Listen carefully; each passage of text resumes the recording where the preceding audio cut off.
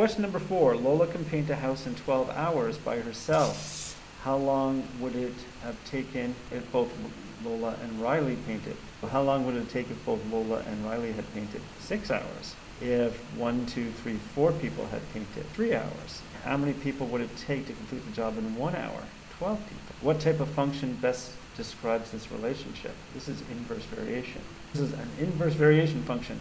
Identify the two variables in this situation. The number of people, so x is the number of people, y value would be the time to paint.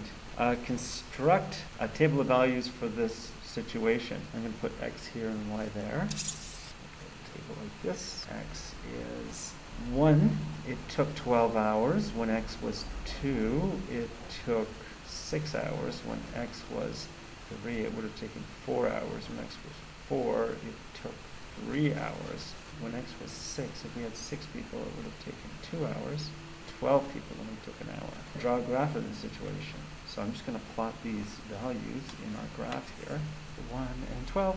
Oh, this is going to be the number of people, and this is going to be the time to paint. We have 1 and 12, 2 and 6, 3 and 4, 4 and 3, 6 and 2, 12 and 1.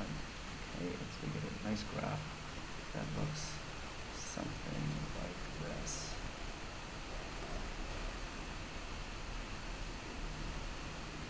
So that's an inverse variation function.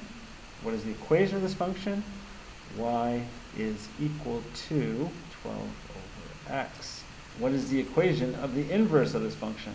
If you remember the inverses, what we do is we solve for x. But to solve for x, I'm just going to cross multiply. So if I have y is equal to 12 over x, I'm going to cross multiply. So we have x, y is equal to 12, and I'm going to get the x alone, divide. So I'm going to cross multiply again. X is equal to 12 over y.